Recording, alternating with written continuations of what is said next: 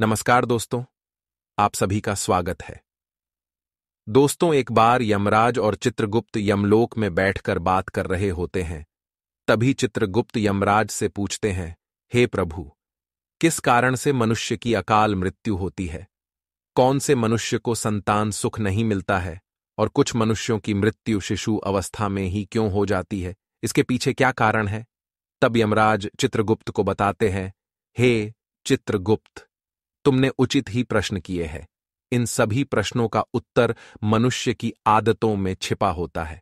मनुष्य जिस प्रकार का आचरण करता है, उसे उसी के अनुसार सुख और दुख भोगने पड़ते हैं। मनुष्य की अकाल मृत्यु होने के पीछे भी उसकी आदतें ही कारणीभूत होती है। तुम्हारे प्रश्नों का उत्तर बताने से पहले मैं तुम्हें एक अत्यंत महत्वपूर्ण कथा सुनाता हूं। इस कथा में तुम्हें तुम्हारे सभी प्रश्नों के उत्तर मिल जाएंगे। इसीलिए तुम इस कथा को ध्यान से जरूर सुनना। तो दोस्तों, यमराज ने चित्रगुप्त को जो कथा सुनाई है, हम वह आप सभी को सुनाने जा रहे हैं। इस कथा में मनुष्य के आचार विचार, अच्छी और बुरी आदतें तथा जन्म मृत्यु के विषय में बहुत ही महत्वपूर्ण ज्ञान दिया गया है। इस ज्ञान को कभी आधा अधूरा नहीं सुनना चाहिए। तो चलिए बिना देरी किए शुरू करते हैं। यमराज कहते हैं, हे चित्रगुप्त, किसी समय की बात है, मध्य देश में एक अत्यंत सुंदर नगरी थी। उस नगरी में एक धनवान सेठ रहा करता था, जिसका नाम था आत्माराम। आत्माराम बहुत ही मेहनती था। उसने अपनी मेहनत से सारा धन इकट्ठा किया था। उसका बहुत बड़ा व्यापार था और साथ ही उसके पास बहुत सारा खेत था। पूरे नगर में आत्माराम जितना धनी इंसान कोई नहीं था। सौभाग्य से आत्माराम के 3 पुत्र थे और 2 पुत्रियां थीं। आत्माराम के सभी पुत्र पुत्रियों का विवाह हो चुका था। आत्माराम के 3 बेटे उसी के साथ रहते थे और उसके कामकाज में उसकी सहायता करते थे। आत्माराम का बड़ा बेटा किशन बहुत ही समझदार और बुद्धिमान था। वह अपने पिता के सारे काम संभालता था। छोटा बेटा गणेश भी खेत देखता था और खेत के सारे काम करता था, और तीसरा सबसे छोटा बेटा पढ़ाई करता था। आत्माराम के दोनों बेटों का विवाह हो चुका था और कुछ समय बाद पढ़ाई खत्म होने पर उसने उसके छोटे बेटे का भी विवाह करा दिया और उसे भी अपने व्यापार में काम पर लगा दिया। भगवान की कृपा से सब कुछ ठीक चल रहा था। कई वर्ष बीत गए। आत्माराम के बेटों ने उसके व्यापार को और बढ़ा दिया, और जब आत्माराम की मृत्यु का समय निकट आया तो उसने संपत्ति का बंटवारा करने का सोचा और अपने 3 बेटों को बराबर हिस्सा करके उसने अपनी सारी संपत्ति 3 बेटों के नाम कर दी और बड़ी ही प्रसन्नता से उसने मृत्यु को गले लगा लिया। आत्माराम की मृत्यु के बाद उसके 3 बेटे अपने अपने हिस्से में मिली संपत्ति को संभालने लगे। ऐसे ही समय बीतता गया। आत्माराम के बेटे अपने अपने घर पर हर साल अपने पिता का श्राद्ध करते थे और नदी में जाकर तर्पण भी करते थे, जिससे आत्माराम की आत्मा को शांति मिले। आत्माराम के बड़े बेटे को 3 अत्यंत सुंदर पुत्र की प्राप्ति हुई। फिर छोटे बेटे को 2 पुत्र और 1 पुत्री हुई, लेकिन सबसे छोटे बेटे को कोई संतान नहीं हुई।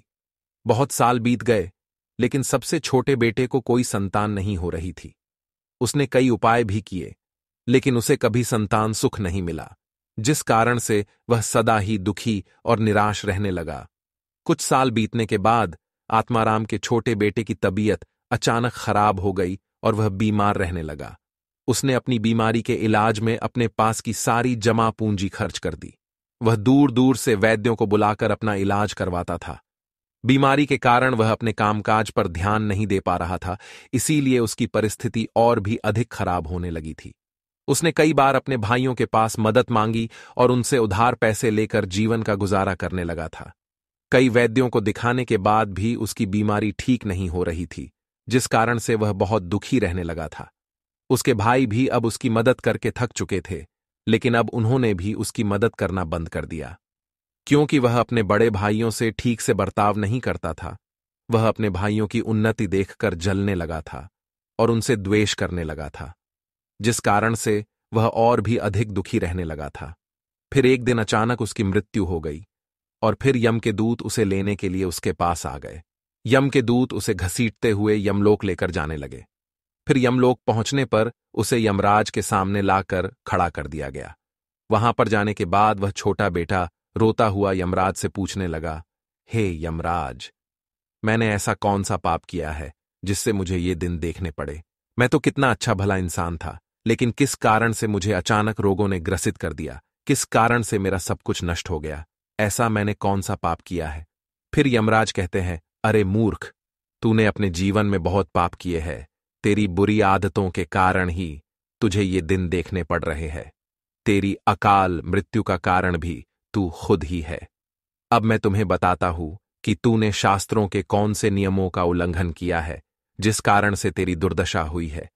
जो भी मनुष्य शास्त्रों के नियमों का उल्लंघन करता है, उसकी भी दशा तेरे जैसी ही होती है। यमराज उस छोटे बेटे से कहते हैं, मनुष्य को हमेशा अपने 5 अंगों को साफ करके ही भोजन करना चाहिए। दोनों पैरों को तथा दोनों हाथों को और अपने मुख को जल से अच्छी तरह से स्वच्छ करके ही भोजन करना उचित होता है। इससे मनुष्य के शरीर से रोग दूर रहते हैं और व्यक्ति दीर्घायु बन जाता है। किंतु तूने तो बिना स्नान किए ही भोजन किया है। यमराज कहते हैं, भोजन शुरू करने से पूर्व उस भोजन के लिए भगवान को धन्यवाद देना चाहिए और संसार के समस्त प्राणियों को भोजन प्रदान करने की प्रार्थना करनी चाहिए।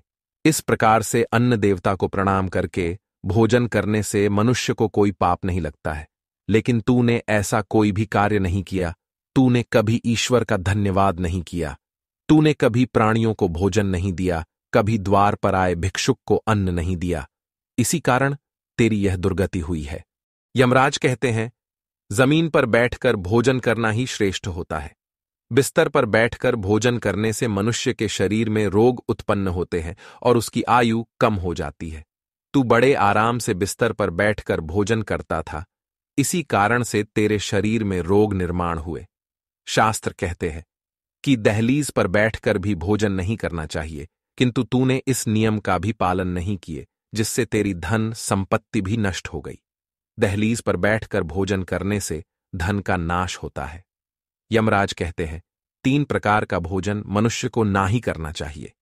जिस भोजन के ऊपर से कोई पैर रखकर चला गया हो अथवा कोई व्यक्ति भोजन को लां कर गया हो, ऐसे भोजन को कभी खाना नहीं चाहिए। ऐसा भोजन अशुद्ध हो जाता है। ऐसे भोजन को पशुओं को खिला देना चाहिए।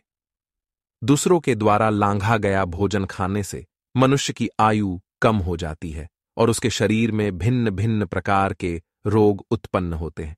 यदि भोजन में बाल निकल आता है तो ऐसा भोजन त्याज्य हो जाता है।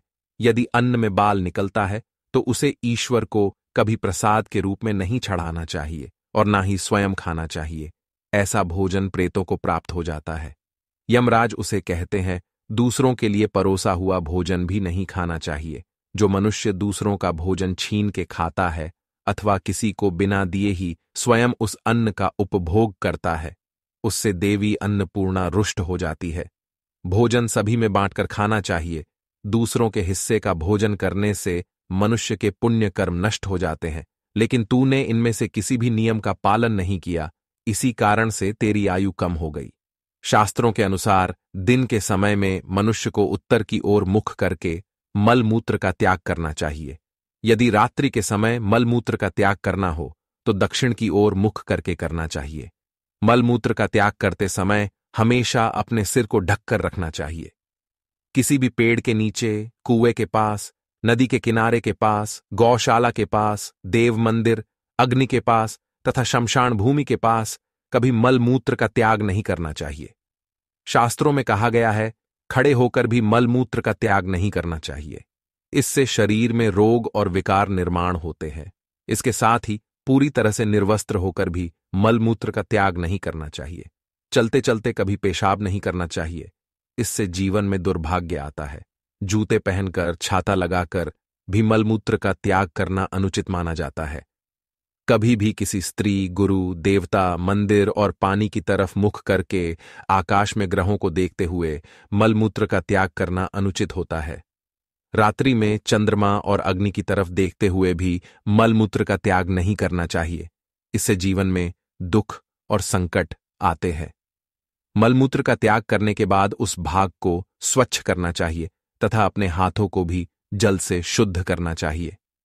मलमूत्र का त्याग करने के बाद किसी दीवार पर साफ नहीं करना चाहिए।